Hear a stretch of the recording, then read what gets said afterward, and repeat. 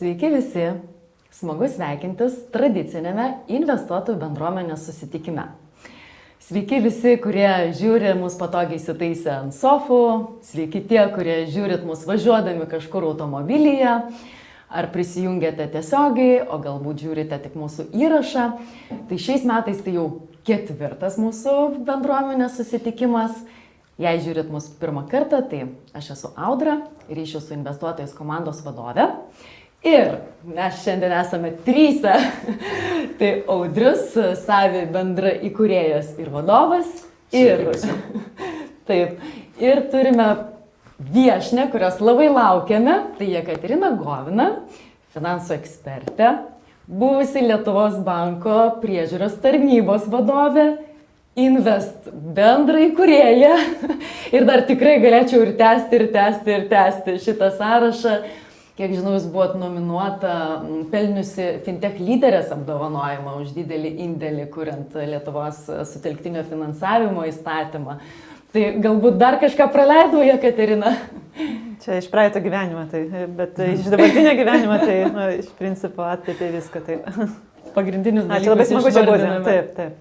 Gerai. Ačiū, Jekaterina, kad priėmė mūsų kvietimą. Aš tik noriu iškart pasakyti, kad tu pasakei 3, bet mes esam 3 ir šuo. Tai mes čia 4. Žiūrovai tikriausiai nemato, bet čia pakoja mums guli šuniukas labai smagus. Jis laukia progos pasirodyti eteryje taip pat. Tikimės nesutrukdys. Taip, tai tikriausiai iš šurmulio mieste jaučiasi, kad artėja Kalėdos, kamščių daugėja. Tai ir mūsų šis susitikimas, paskutinis šiais metais, skirtas tokiam trumpam metų apibendrinimui. Tai aš nuo to galbūt ir pradėčiau, Jekaterina.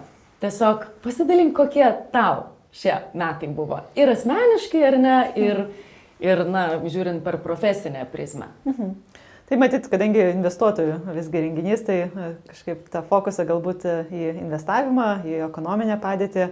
Tai šie metai, sakyčiau, buvo tokie turiningi ir turtingi, nes iš tikrųjų, matyt, investuojantis per įvairias turto klases, galėjo pajausti, kad šie metai, nors buvo tokių ir šiek tiek gąsdinimų ir abejonių, kad galbūt šie metai sulauksim kažkokios ir krizės, didesnės ar mažesnės, bet iš tikrųjų pakankamai metai sklandžiai praėjo ir ypatingai pastaraisiais mėnesiais jaučiam ir euforiją Amerikoje, tai dabar kaip tik šiandien paskaičiau Financial Times, kad ir Kinija lyg ir planuoja artimiausiam dienom imtis ekonomiką skatinančių priemonių tiek fiskalinių, tiek monetarinės politikos.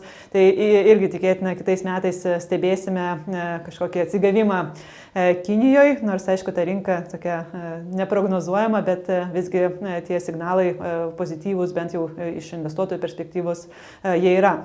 Aišku, Europa galbūt norėtųsi daugiau iš Europos, tai tikrai pergyvenam tokį nelengvą, sakyčiau, laikotarpį. Tai čia to priežasčių yra pakankamai daug. Kaip sakau, Europa supančia save tokiais biurokratiniais pančiais, dėl kurios dabar vyksta daug labai diskusijų ir dabartinė naujoji Europos komisija tikėtina imsis tokių labiau liberalių priemonių, ekonomiką liberalizuojančių priemonių. Tai tikimės, kad kitais metais irgi šiek tiek daugiau pozityvumo bus Europos, investuojantiems Europos rinkoje. Ir galiausiai, aišku, Lietuva, tai irgi, sakyčiau, Lietuvos situacija stebėtinai gera, net ir palyginus su mūsų kaimynėm, su Estija, su Latvija, tikrai Lietuvai sekasi kuo puikiausiai. Ir tiems žmonėm, kurie investuoja tiek į skolos instrumentus, tiek į akcijas Lietuvoje, tai, sakyčiau, kad pakankamai su tam tikrom išimtim, bet bendrai situacija tikrai yra pakankamai stabili ir tokia, tvirtai stovim ant kojų, sakyčiau. Tai apibendrinant, metai buvo geri, laukiam dar geresnių kitų metų.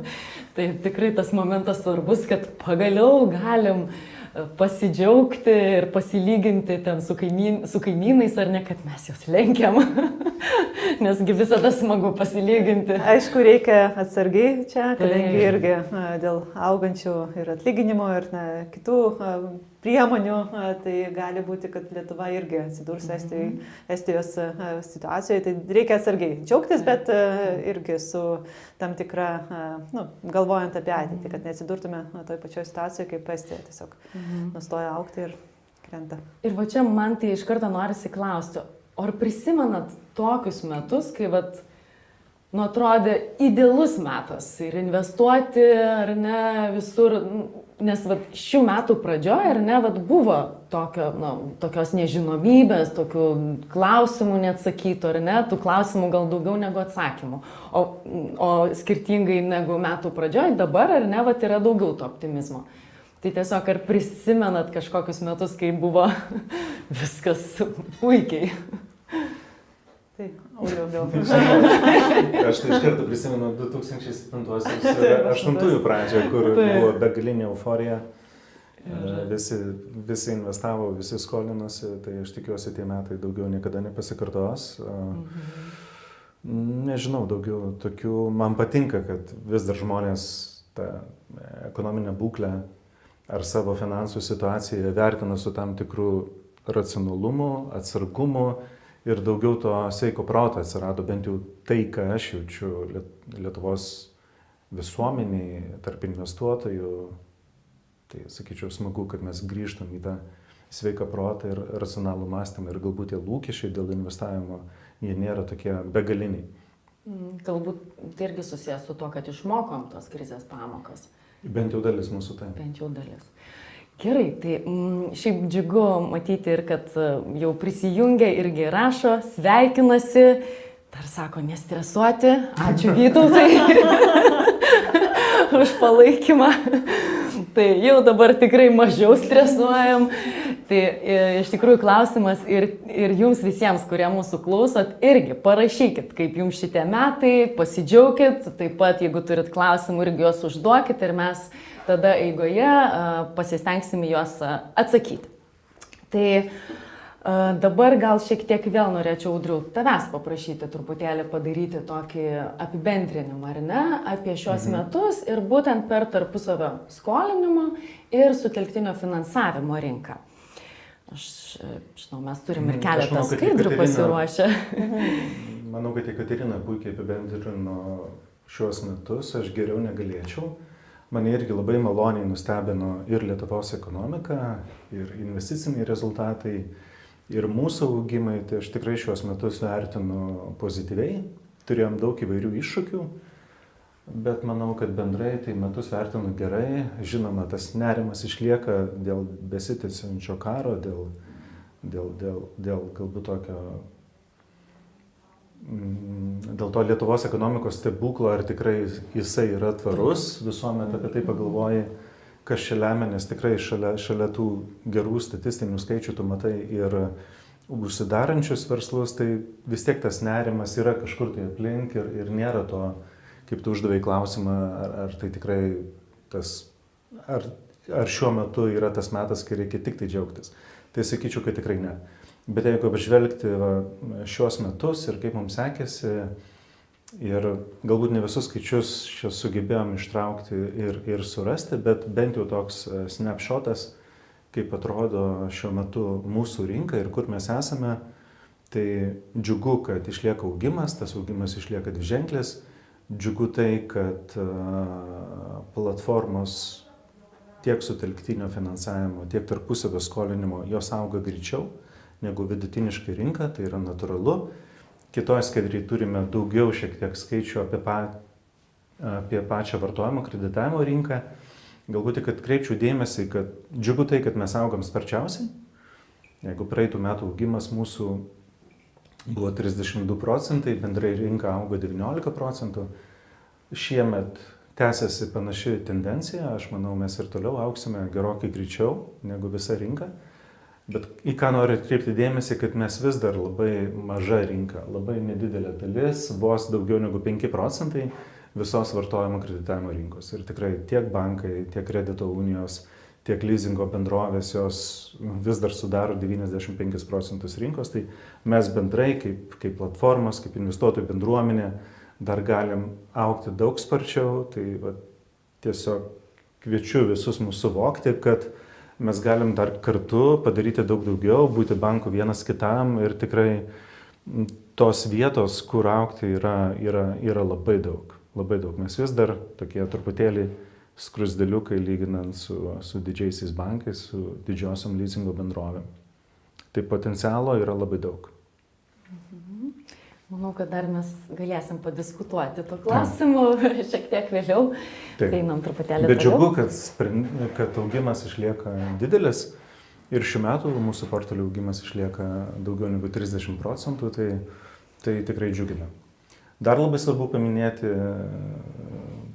Jekaterina irgi tai labai gerai žino, kad praėjo pirmieji metai su europiniu reguliavimu, sutelktinio finansavimo ir džiugina tai, kad viskas stabilizavosi, visos platformos įgyvendino visus būtinus pakeitimus ir reikalavimus.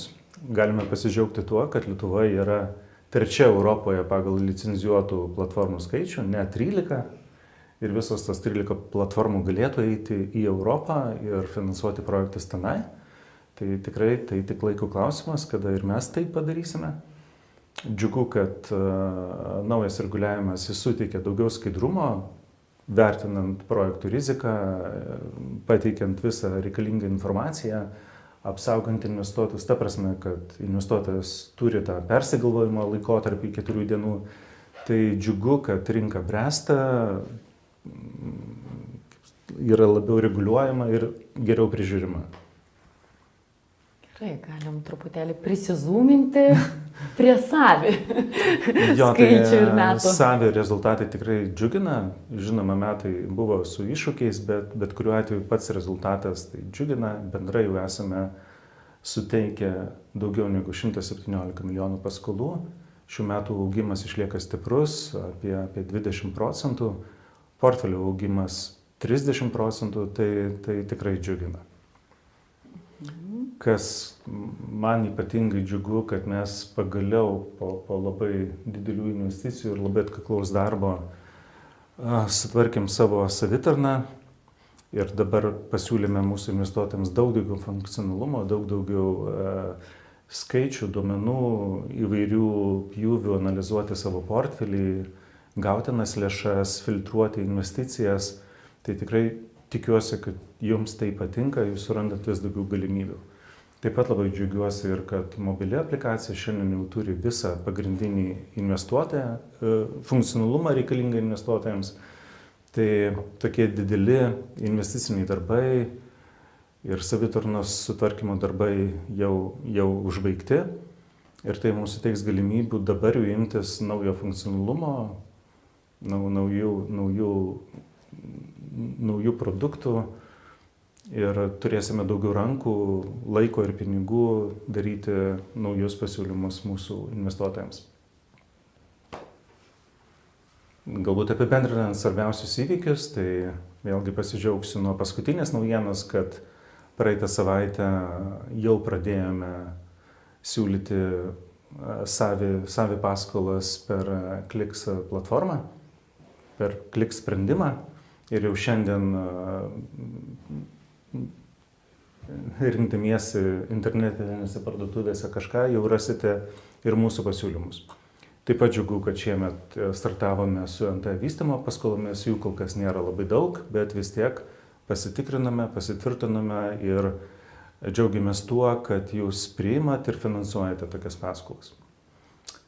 Tai kas dar pas mus buvo praeitais metais tokio svarbaus, kad pagerinome sąlygas investuojantiems su investuotojų fondu, kad išsileidome jau trečią savo obligacijų emisiją, šį kartą renkame dar didesnę sumą 8 milijonų, iš kurių jau 5 milijonai yra surinkti, tai tas irgi mums leidžia aktyviau finansuoti paskolų portfelį, investuoti į technologijas, tai irgi suteikia mums daugiau galimybių.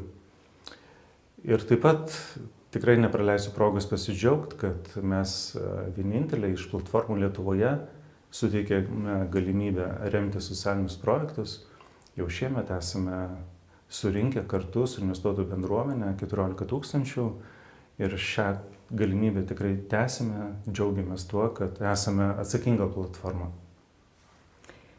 Galime pakviesti. Taip, priminame, kad ir šiuo metu yra aktyvus projektas. Tai yra mūsų jau 3 metus besitęsianti partnerystė su organizacija Gelbėkit vaikus. Džiugu, kad jūs irgi prie jos prisidedate ir mums jau visiškai nedaug liko iki 4000 sumos, kad pradžiuginti vaikus dovanomis. Ir labai džiaugiuosi tuo, kad jūs vis aktyviau atrandate mus, vis daugiau savo lėšų skiriate platformai. Pakalbėsime ateityje, kad dabar su investicinė sąskaita atsiranda dar daugiau galimybių ir dar daugiau paskatų, bet jau dabar matant šios skaičius, kad jūsų investuotų pinigų suma per metus išaugo 10 milijonų eurų, tai irgi tikrai labai džiugina ir noriu jums visiems už tai padėkoti. Tai suteikia galimybės mums finansuoti vis daugiau klientų, vis daugiau projektų.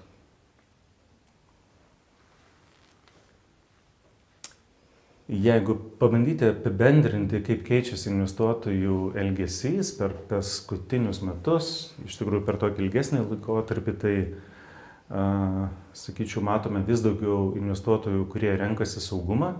Matome, kad ir tos A paskolos daug greičiau susifinansuoja ir dar suradome tokią tendenciją, kad tie investuotojai, kurie turi portfelius didesnius nei 50 000 eurų, daugiau negu 40% šitų investuotojų, turinčius didelius portfelius, investuoja su investuotojų fondu. Džiaugiamės, kad investuotojų fondo įplaukos nemažėja, kad jie jau kompensavo tikrai reikšmingas sumas investicijų. Taip pat pastebėjome, kad populiarėja taip vadinamas lėtasis investavimas. Jeigu platformos pradžioje, tai turbūt buvo neįmanoma surinkti pinigų į 5 metų ar 7 metų paskolą. Šiuo metu investuotojai tikrai patikėjo, kad platforma veikia, kad yra galimybė visada pasitraukti ar parduoti antrinėje rinkoje investicijas ir matome, kad vidutinis investicijų laikotarpis daugiau negu padvigubėjo. Ir lygiai taip pat didėja ir investicijos. Jeigu anksčiau vidutinė suma buvo apie 20 eurų, tai šiuo metu viena investicija jau sudaro daugiau negu 50 eurų. Ir tokia labai apibendrinanti skaidrė, kokią vertę mes sukūrėme investuotojams. Padarėme analizę šių metų 9 mėnesių pabaigoje, įvertinome visą nuo pat mūsų veiklos pradžios įdarbintą investuotojų portfelį ir tikrai matome labai gražius skaičius. Tai yra tikroji, net sutartinė investuotojų grąža, o tikroji, įvertinus ir delspinigius ir procesinės palūkanas, tai tikrai labai gražūs skaičiai. Kaip matote čia, tai priklausomai nuo pasirinkto reitingo, investuotojai uždirbo nuo 12% iki 31%. Tai tas irgi labai džiugina ir skatina mus ir toliau dirbti, stengtis dėl jūsų. O tai kitų metų irgi turbūt taip apibendrintai tikimės ir laukiame gerų. Labai džiaugiamės dėl investicinės sąskaitos sprendimo. Labai džiugina tai, kad neliko tokių neprotingo apribojimų, kur pradžiai buvo mąstoma apie 10 000 apribojimą, paskui atsirado alternatyvus pasiūlymas 100 000, tai dabar tų apribojimų nėra likę. Kas dar yra labai gerai, kad tiek tarpusavio skolinimo platformos, tiek sutelktinio investavimo platformos yra labai aiškiai išskirtos į tą turto klasę, kuriai taikomas šitas investicinės sąskaitos režimas. Tai tikrai yra pakankamai didelis aiškumas jau šiuo metu. Mes turėsime visus 25 metus tam, kad įsigryninti, išsiaiškinti, detalizuoti, kaip tą daryti, bet esmė yra tokia, kad kas dar beje mane labai džiugina, kad koks man buvo toks galbūt kliūtis, kad kaip čia viską sudėti į vieną sąskaitą. Bet dabar gerai labai, kad yra išaiškinimas, kad tų investicinių sąskaitų gali būti labai daug. Kiekvienai turto klasiai vos neatskira, tai tas irgi džiugina, tai reiškia to galbūt didelės administravimo naštos ir nebus.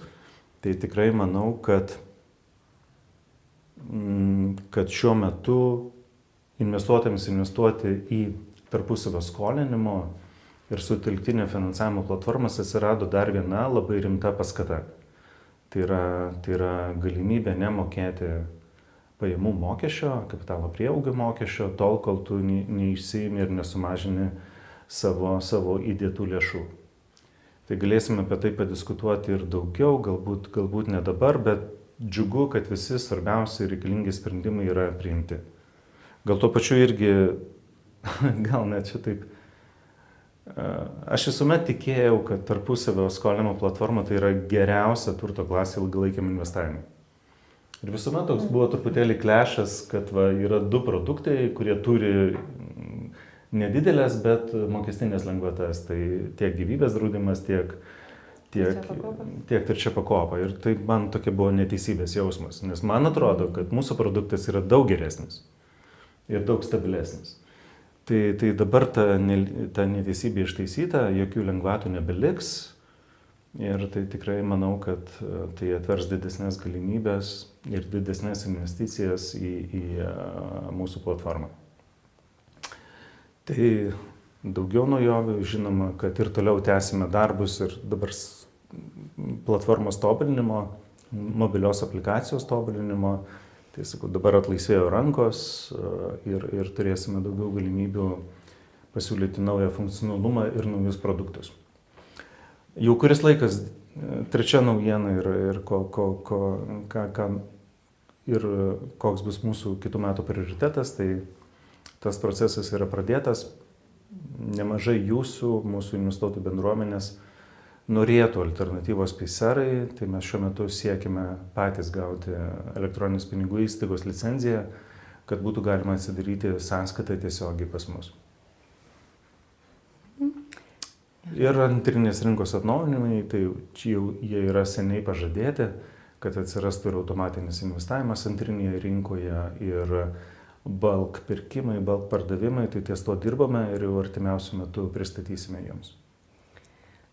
Dabar vėl galim šiek tiek atsizūminti, pasižiūrėti ar ne į tai, kokia ekonomikos situacija prognozuojama kitiem metam. Nežinau, ką Jekaterina galvoja, bet aš vis tiek vertinčiau, kad ir aš tikiuosi, kad kiti metai Lietuvai ir toliau bus geri, stiprus. Tikrai matome augančias investicijas tiek į technologijų sektoriuje, tiek į infrastruktūrinius projektus, tiek į karinius. Tai tikrai manau, kad Lietuva vien dėl šių projektų turės tikrai daug darbo pasiūlymų. Nedarbo lygis ir toliau mažės, palūkanų mažėjimas suteiks galimybės daugiau skolintis, daugiau tikėti ateitimi. Aš jau dabar tą jaučiu tiek iš mūsų klientų, tiek iš banko paskolų portfelio, kad man atrodo gal net ir tie rinkimai, taip sakyčiau,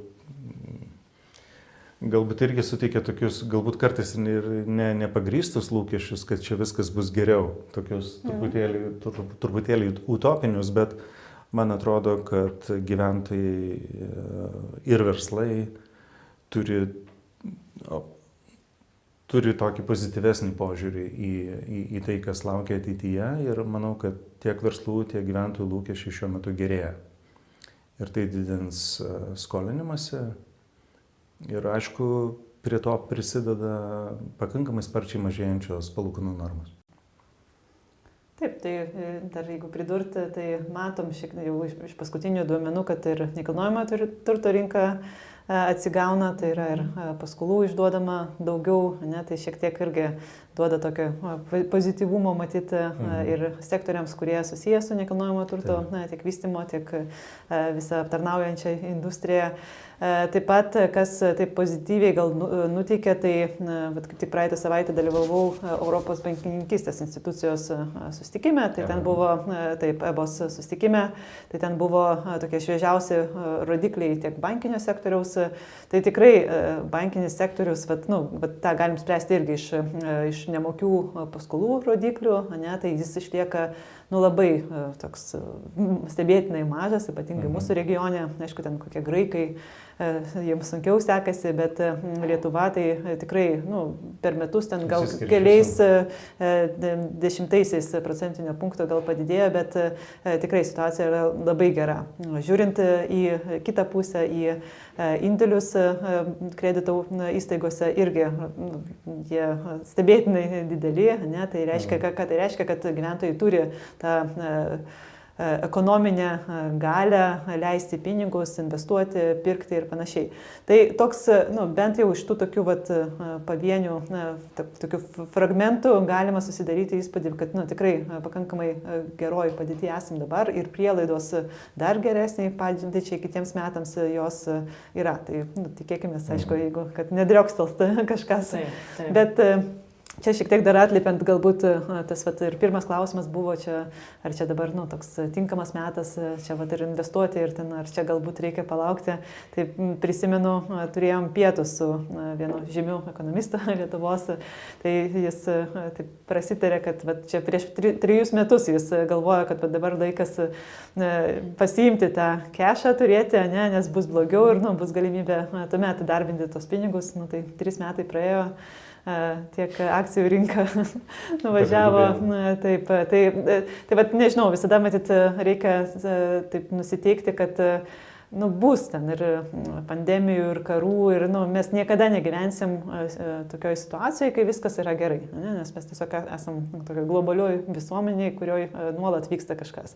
Tai dėl to taip matyt irgi taip galvot, kad čia dabar reikia laikyti po pagalvę tos pinigus ir kažkaip nieko nedaryti, tai matyt toks labai trumparegiškas, sakyčiau, požiūris. Sako, didžiausia rizika nieko nedaryti.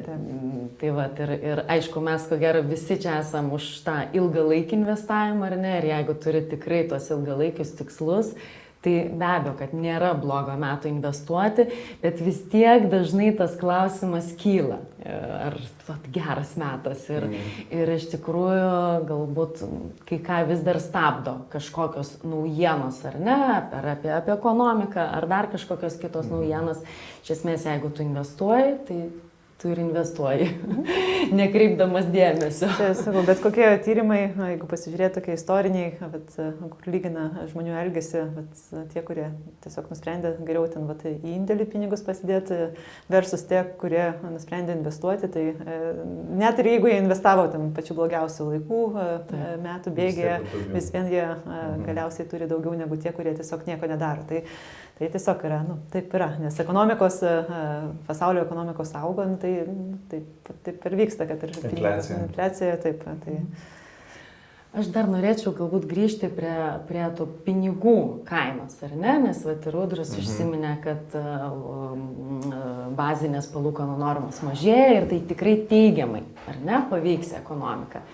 Bet ar tai gera žinia investuotojams? Nes, kaip minimum, tarkim, indėlių palūkanos tiems konservatyviems žmonėms, tai tikrai mažės.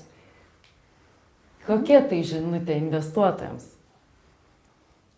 Tai aš sakyčiau, kaip tik jums nuo to tik geriau, ne? Tai tarpusavio skolinimas fiksuotas palūkanos iki 10 metų. Taip.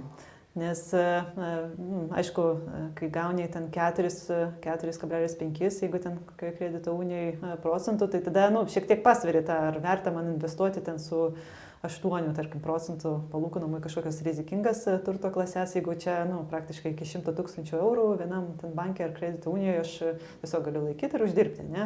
Aišku, krentant pinigų indėlių normoms, tai tada jau 2 procentai versus ten 8-10, aišku, su rizika, tai tada, aišku, tas pasirinkimas yra į tą labiau rizikingesnę turto klasę, tai aš manau, kad toks, kaip tik finansų tarpininkams yra, geresni laikai ateina negu prie aukštesnių palūkanų normų.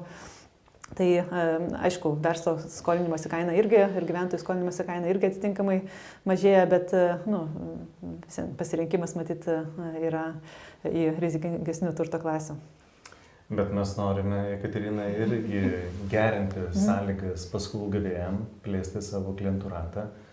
Tai tikrai aš visuomet prisimenu tos laikus iki didelio masto karo, kad UK platformos galėdavo finansuoti projektus ir už 3, ir už 4 procentus. Tai vis tiek mano svajonė išlieka eiti link to žmonių banko, kad mes vienas kitam padedam ir bet kuriuo atveju bent dalį savo lėšų vietoj to, kad jos gulėtų už nulį bankuose, kad žmonės atrastų mus, atrastų tarpusavio skolinimą, atrastų sutelktinį ir bent dalį savo investicijų skirtų investavimui per platformas.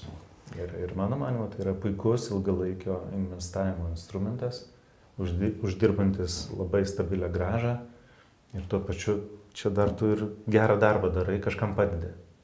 Taip, tai matyt, link to ir judam.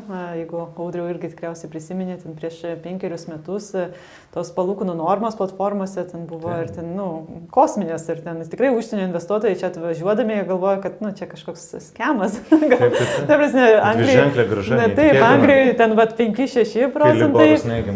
Taip, o čia pas mus kažkas, tokio, tai labai džiugu ir matyt, toks, aišku, investuotojams geriau gal gauti daugiau, bet iš tos, kitos pusės, tai tikrai toks tarpusavio skolinimas tampa tokia, ir sutelktinis finansavimas tampa tokia nebloga, jau juda link tapimo tokia pilna vertė alternatyva. Taip, tikrai bręsta ir vis tiek ta mūsų idėja, kad pasiūlyti visokių paskolų ir labai geriems klientams su labai žemom palūkanom ir rizikingiams klientams su, tarkim, dviženkliam palūkanom. Ir kiekvienas investuotojas, o tų investuotojų yra labai skirtingų.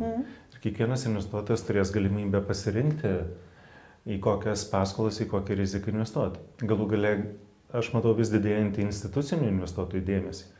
Jiems pilnai užteks, aš tikiu, ir 6, ir 8 procentų, jeigu tas portfelis bus geros kokybės. Tai mūsų noras vis tiek yra plėsti paskolų gavėjų ratą kuo daugiau. O čia iš tikrųjų įdomu, Jekaterina, ir tavo nuomonė išgirsti, nes, tu savi, žinai, ko gero neprašiau negu Audrius, nes tu, kai savi kūrėsi, buvai Lietuvos banko priežiūros tarnybos vadovė, ar ne, matei visą tą kelią.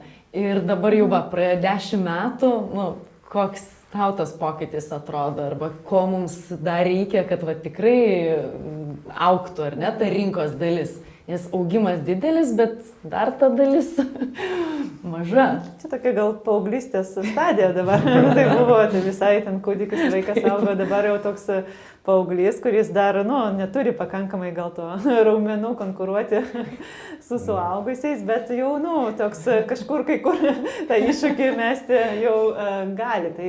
Tai tikrai džiugu matyti, kad bendrai ta mūsų tarpusavio skolinimo sutelktinio finansavimo rinka, tvariai jinai auga. Ne? Tai matyt, Lietuva bus vienintelė valstybė, kurioje nebuvo bankrotų, nebuvo kažkokio ten sukčiavimo toje rinkoje. Ne? Tai yra, aišku, Lietuvos investuotojai ten susidūrė, bet ne su lietuviškom platformom. Ne?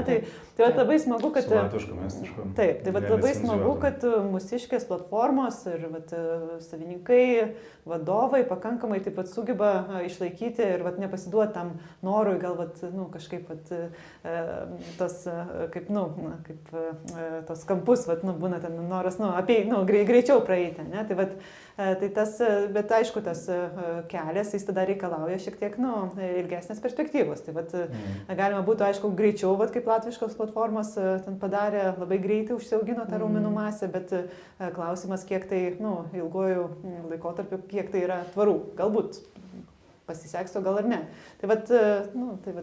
Audra atliepiant. Taip.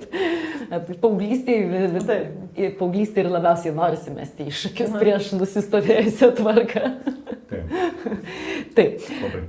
Mes dar turim vieną tokią skaidrę, nes kai minėjom 10 metų gimtadienį, darėm totalizatorių. Jeigu paminė Jekaterina, ar ne? Ir klausimas buvo, koks bus 6 mėnesių Euriboras šių metų pabaigoje. Ir buvo diskusijos dalyviai ir investuotojai išsakė savo matymą ir dabar turėtų ir mūsų žiūrintis matyti tos skaičius nuo 2,5 iki 3,9.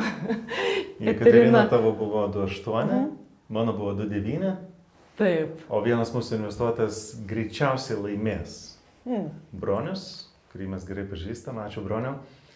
Tai dabartinė dabar Euriboras yra 265. Tai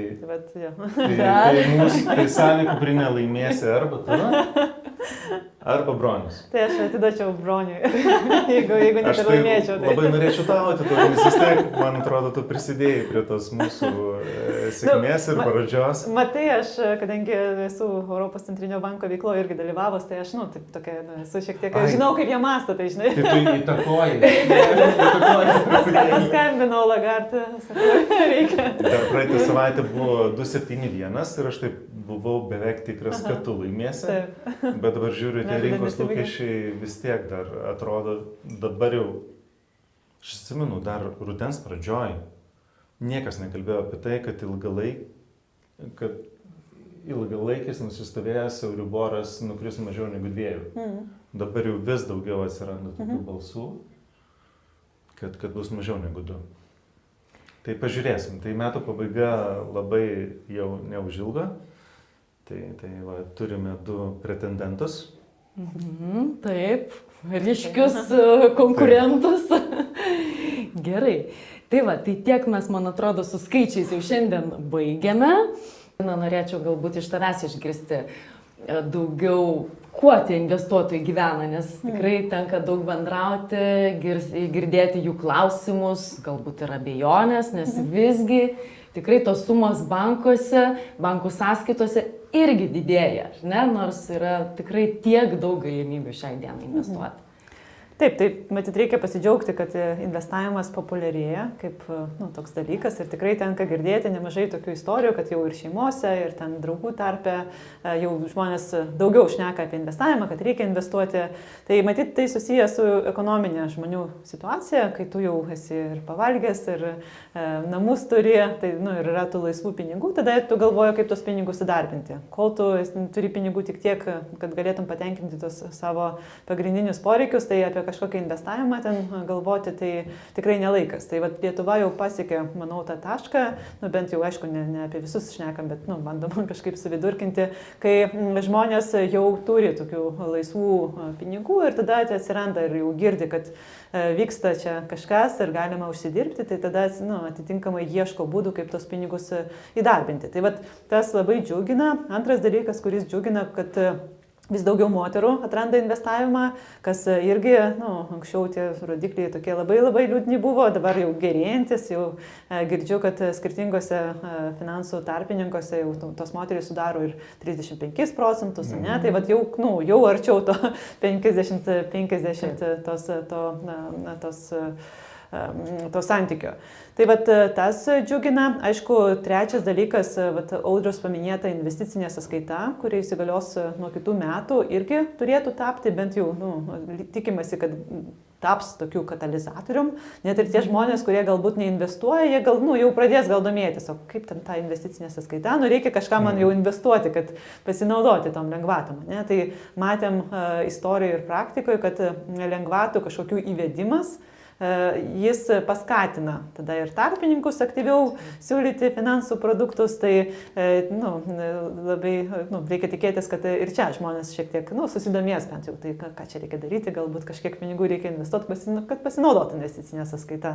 Tai va, tai tokie gal pozityvumas tikrai yra, bet iš kitos pusės, lyginant, tarkim, Lietuvos investavimo rodiklius su Švedija, tai yra šalis, kurioje daugiausiai žmonės investuoja, tai mums dar 10 kartų daugiau reikia investuoti, kad mes pavytume švedų rodiklius. Tai va, kalbant apie tą potencialą, tai potencialas yra dar didžiulis. Tai tikėkime, kad pinigai iš indėlius įjudės į turto klases, kurios gali generuoti geresnę grąžą negu tie 2%, 2,5% siūlomi bankų. Tai kaip manot, ko dar reikia, kas dar galėtų pastumėti žmonės pradėti investuoti ir patiems spręsti, ar ne, dėl savo pinigų įdarbinimo ir grąžos? Aš taip tikiu ir tikiuosi, kad čia bus toks sniego gniūžtės efektas. Kai dabar mums atrodo, kad dar yra progresas, bet jis toks, toks labai lėtas, bet, žmonėm, aš manau, vis vien reikia laiko, kad jie prisijaukintų tą mintį, kad jau čia kažkaip reikia investuoti, kažką pradėti ten domėtis, galbūt skaityti, klausyti ir panašiai, o po to jau tas, kai jau pradeda, tai jau pradeda, tvarkingai tą daryti. Tai gali būti, aš taip, tai aš taip, vėlgi čia yra tokia tiesiog hipotezė, bet aš spėjau, kad tas toks, didelis pokytis, jis, kai įvyks ir jis įvyks pakankamai taip, staigiai, ne? Tai nebus taip, kad mes ten po tos 5 procentus kas metą auksim investuojančių žmonių tą grupę, bet jis užaugs pakankamai, jeigu ekonominė situacija bus pakankamai tokia, gera, kaip yra dabar, tai aš manau, kad kažkurio momentu įvyks tiesiog toks didelis lūžis ir jau, ten tik į priekį. Na gerai, o tai kaip manot, kokie tie įgūdžiai svarbiausia yra investuotojai? Kaip augti tiem patiem jau pradėjusiam, galbūt žengusiam pirmą žingsnį?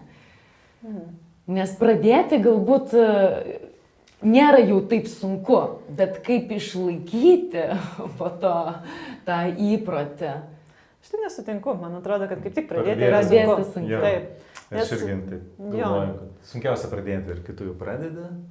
Jeigu tu padarai reguliariai, tada jau atsiranda ypatingai, kai matai, aišku, jeigu ten atsiranda įpratis. Pradedi labai kažkokiu prastu metu ar netinkamai pradedi, kad, gerai, investuosiu, dabar viena paskola kažkokia yra, aš ją sudėsiu ten visas savo santaupas. Tai aišku, gali labai nusivilti ir nebegrįžti, tai dėl to labai svarbu pradėti tinkamai, bet manau, kad didžiausias stabdis žmonėms yra pradėti, nes jie tiesiog, gal ir galvoja, kad reikia kažkur investuoti, bet ir čia reklama, ir tų galimybių yra tiek daug, kad tau atsirinkti iš tikrųjų tą tinkamą tau, tai yra pakankamai toks, jau investicija laiko į galbūt webinaro paklausimą dabar su savy ar ten su kažkuo kitu. Tai yra toks darbo reikalaujantis žingsnis. O kai investuoji... Registravimas irgi atima šiek tiek laiko. Taip. O kai jau pradedi... Taip. Na, čia tiesiog aš irgi sutinku, kad sunkiausia yra pradėti, bet galbūt kartais irgi būna toks momentas, tiesiog net parodoj, daug buvo tokių, pradėjau, po truputėlį, lyg ir viskas aišku, bet, nežinau, ką dar man daryti, kad tada galbūt ta didesnė grąža būtų, tada tikrai būtų toksai, nežinau, atsidavimas.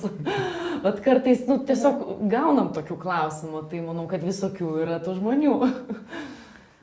Tai čia irgi su ta, su informacijos gausa galbūt pareinantis toks, pasimetimas žmonių, kad, tu visiems, ir gerai, kad gal žmonės šiek tiek, taip kritiškai žiūri ir jie ten, ir galvoja, jie taip, nenori jau visiems geriau bankė saugiai, negu ten, kažkaip, taip, nežinau tiksliai, kaip ten veikia, ir viską atiduosiu. Tai, aišku, padeda tas, ir bendraminčių įvairius, tokie ir klubai, ir susibūrimai, ir ten dalyvavimas kažkokiose grupėse, kur tu, gali su kažkuo pasitarti, ne pačiam tau reikia, nuspręsti, tai čia dabar, didinsiu portfelį reikšmingai ir kaip man čia, kaip paskirstyti tos pinigus. Tai, tas šiek tiek, komforto jausmas, būnant gal kažkokioj, grupėje ir aš manau, kad... Kažkas veda už rankos, padeda. Tai, manau, kad čia, irgi, ir finansų tarpininkai, ir jūs, ir, ką mes darom irgi, tai ir tokio, tų bendruomenių kūrimas, galimybės tiem bendruomenės nariams tarpusavėje kažkaip, keistis informaciją, galbūt mintimą ir panašiai, tai tikrai prisideda prie to tokio, didesnio tokio komforto būsenos. Bet aišku, čia tokia viena iš tokių priemonių, kurie turi papildyti. Bet vis tiek reikia kuo daugiau kalbėti, kuo daugiau šviesti, kuo paprasčiau tai daryti, kuo prastesnius tos investavimo instrumentus. Tai tą visi bendrom jėgom ir darom. Ir tikrai labai džiugu, ką tu pasakėjai, labai tikiuosi, kad taip ir bus toks truputėlį sniego gniūžtės efektas. Žiūrės. Na, šiek tiek Audriau, užsiminė, ar ne, kad tikrai tarsi ir daugiau atsiranda tų investuotojų, kurie nori daugiau saugumo, ar ne? Kalbant ir apie investuotojų fondą, ir apie tai, kad ir daugiau A reitingo paskolų, gal ir su mažesnėmis palūkanomis išduodam, nes tikrai pačioj platformos pradžioj, kai tos palūkanos buvo aukštos, tai investuotojai tarsi ir priprato prie tų aukštų gražų, tačiau dabar ar galim sakyti, kad tikrai tas investuotojo apetitas irgi yra labai įvairus nuo iki? Tikrai taip. Jeigu taip apibendrintai, tai sakyčiau, tie, kurie investuoja didelės sumas, jie norėtų saugiau. Bet tie, kurie, tarkim, pradeda investuoti ir nori pažinti platformą, jie nebijo ir pažaisti. Išbandyti viską, kad suprasti, kaip kas veikia ir naudojasi visom platformos galimybėm. Va tas skaidrė, kur rodėm apie realią investuotojų grąžą, visgi parodo, kad tie žmonės, kurie investavo į rizikingiausias paskolas, jie ir uždirbo daugiausiai. Bet jeigu tu norėtum investuoti didesnę sumą, tų paskolų tiesiog nėra tiek daug. Tai dėl to taip sakyčiau, kad natūralu, kad didžiausi investuotojai jie visgi renkasi tą saugesnį polių, saugesnės paskolas ir nori ramiau miegoti. Bet platforma suteikia galimybės visiems. Darius, mūsų žiūrovas, domisi apie investuotojų fondo balansą, perspektyvas, tiesiog galbūt galėtum pakomentuoti pliusus, minusus ir dabartinę situaciją. Taip, tai tikrai tie, kurie investuoja su investuotojų fondu, žinot, kad yra susidariusi eilė ir dėja šiuo metu fondas negali, neturi tiek lėšų, kokie yra susidariusi eilė, bet kas galbūt mane truputėlį ramina, kad bendrai paskolų portfelio kokybė, ypatingai nuo šio rudens, pradėjo gerėti ir mes vis daugiau paskolų ir vėluojančių paskolų išieškome. Tai tikrai tiek spalio mėnuo, tiek lapkričio mėnuo jie buvo rekordiniai, išieškant jau senas skolas iš paskolų gavėjų. Tai viena tokia gera tendencija. Kita gera tendencija, kad nemažėja įplaukų į investuotojų fondą ir jos po truputį nuolat auga. Ir kaip analizavome ir praeitą savaitę, man atrodo, ir paskelbėme duomenis, kad ir investuotojų pasirinkančių investuoti su investuotojų fondų skaičius auga. Tai reiškia, kad ir tų įplaukų ilgainiui daugės. Tai aš noriu tikėti, kad investuotojų fondas veiks, kad eilė sumažės. Šiuo metu yra apie 3 mėnesių eilė susidariusi, bet džiugu tai, kad bet kuriuo atveju investuotojas gauna savo pinigus ir priminsiu, kad investuotojų fondas, mūsų tas sprendimas, jis gražina ne tik nesumokėtas įmokas, jis gražina visą jūsų investuotą sumą kartu su 3 mėnesių palūkanomis. Tai tikrai manau, kad tai yra nuostabus, analogų neturintis pasiūlymas rinkoje. Ir investuotojai gali jaustis pakankamai saugiai. Ką žiūriu, mes beveik valandą šnekučiuojamės. Tai tikrai ačiū visiems žiūrintiems ir užduodantiems klausimus. Kadangi labai daug klausimų yra ir apie savitarną, tai kolegos atsakinėja tiesiai į čatą. Jeigu turit irgi kažkokių konkrečių klausimų, tai irgi primenu, kad rašytumėt mums ar paskambintumėt ir mes galėsim pasidalinti kažkokią dar detalesnę statistiką. Šiaip visos mūsų ataskaitos skelbiamos viešai mūsų puslapyje, ketvirtinės ataskaitos ir ten irgi yra daug įvairios informacijos. Tiek apie investuotojų fondą, tiek apie visus nemokumo rodiklius. Tai iš tikrųjų stengiamės dalintis ir jeigu tik kažko trūksta, tai parašykit. O pabaigai galbūt tiesiog po palinkėjimą investuotojui, ar ne, kitiem metam, galbūt apie jo tos įpročius, kaip juos peržiūrėti ir į ką labiausiai atkreipti dėmesį. Manau, kad labai individualu, kiekvienas turi eiti savo keliu ir eiti ir pasirinkti tą kelią, kaip, kur jis jaustųsi komfortiškai. Aš galiu pasidalinti savo, irgi pas mane tas investavimas buvo pakankamai toks, nepasakysiu chaotiškas, bet buvo toks labiau situacinis. Ne? Tai kažkaip pamatau galimybę, tada investuoju, ten pagalvoju, kad vat, nu, reikia dabar gal ten papildyti pinigų į tam tikras priemonės, tai tada tą padarau. Kol atėjau į tą tašką, kad pradėjau tiesiog, aš, nu, savo taip galvoju, ten gruodžio, ten mėnesio 3 dieną, ne, nu, tai dabar gruodžio 3 dieną, pas mane vyksta investavimas, ne, tai va ten, kur yra galimybė automatiškai tą padaryti, nu, pinigus papildyti į krepšelį, nu, ten aš tiesiog nustačiau, kad periodiškai vyktų tas, tai va ir toks, nu, tai va tai yra va, tai, ką aš atėjau, ne, kur aš žinau, kad va, disciplinuotai tada kas mėnesį pas mane ten tam tikra pinigų suma nuo mano pajamų eina į investavimą. Ne, bet, nu, čia vėlgi, nu, čia yra mano, kaip aš jaučiuosi komfortiškai, kitiems galbūt, nežinau, reikia kitokios formulės, bet matyt, tą formulę kiekvienas atranda per investavimą. Bet, nu, svarbu nenustoti investuoti ir investuoti. Va, čia, va, svarbu pradėti. Ne, jo, pradėti, o po to nenustoti. Va, kaip Audra sakė, kad kai kurie tiesiog pameta, po to pradeda. Ir tiesiog pamato, kad tai galbūt čia nėra taip, vat, nu, greitai, kad kažkaip labai gerai ir tada, nu, galvoju, gal geriau nedaryti to. Bet visada periodinis investavimas ilguoju laikotarpiu jisai atsiperka. Ir tada gali nežiūrėti žinių, neklausyti naujienų, kurios dažniausiai būna šiaip pesimistinės. Sako, gera žinia yra bloga žinia. Tai tada ramu, Audriu, ar tu pridėtum dar nuo savęs? Jo, turbūt palinkėčiau visiems pradėti investuoti visų pirma, reguliariai skirti dalį savo pajamų investavimui, atrasti savo, nebijoti bandyti, nebijoti klysti ir tiesiog per laiką nebijoju, kad atrasite tą investavimo instrumentą, kuris jums patinka, kuris jums yra priimtinas, tai prituriu tam, ką sakė Jekaterina, kiekvienam savo, kiekvienas atras, pajaus, pagal savo rizikos apetitą, pagal savo grąžos lūkesčius. Tai tikrai svarbu pradėti ir reguliariai tą daryti.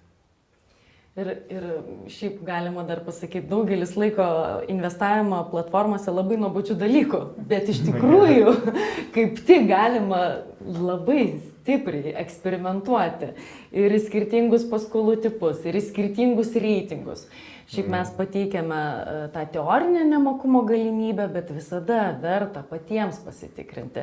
Ir čia iš karto norėčiau ir Ivonai atsakyti, kur klausė, ar turim vėluojančių paskolų, kur buvo sutelktos lėšos NT vystymui, tai šiai dienai neturime.